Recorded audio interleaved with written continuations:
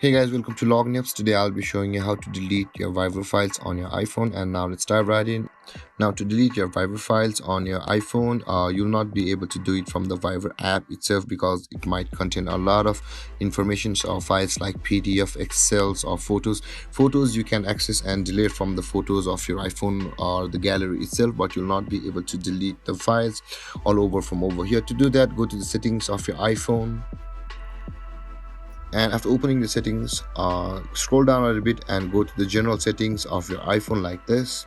Scroll down a little bit, again you can see the iPhone storage available over here just above the background app refresh. Tap on iPhone storage and scroll down a little bit and you will be able to find the Viber app over here because it's installed on our iPhone. Tap on the Viber app like this, and over here you need to know a thing, that is there are two buttons which say delete app and the offload app. Will not be deleting the app but will be tapping on offload app, which will just clear out all of the extra files saved by the Viber on your iPhone. But by doing this process, the information of your account on Viber will be still safe. With that being said, let's tap on offload app and tap on offload app again, and wait a moment, and the app will be offloaded from your iPhone like this. And you can see guys, still the documents and data remains, which means our login details, our credentials of the Viber app or the account which was saved to our iPhone. With that said, tap on reinstall app again,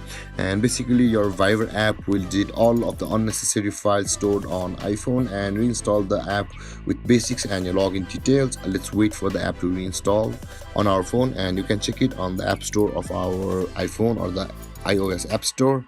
Let's search for Viber,